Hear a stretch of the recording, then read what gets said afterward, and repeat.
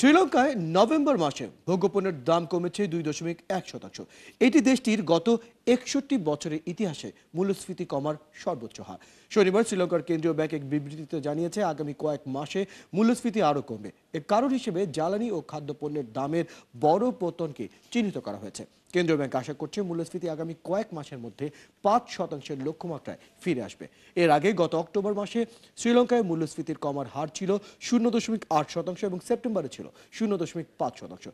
2002 সালে অর্থনৈতিক সংকটের সময় শ্রীলঙ্কার নিত্যপণ্যের ব্যাপক ঘাটতি দেখা দেয়, মূল্যস্ফীতি পৌঁছায় প্রায় 70%। এই সংকট মোকাবেলায় আন্তর্জাতিক মুদ্রা তহবিল IMF এর কাছ থেকে $290 কোটি বেইল আউট ঋণ নেয় লঙ্কান সরকার। পাশাপাশি কর বৃদ্ধি এবং বিভিন্ন ব্যয় সংকোচনমূলক পদক্ষেপ নেওয়া হয়। এগুলো ধীরে ধীরে দেশটির অর্থনীতি পুনর্গঠনে ভূমিকা রাখছে।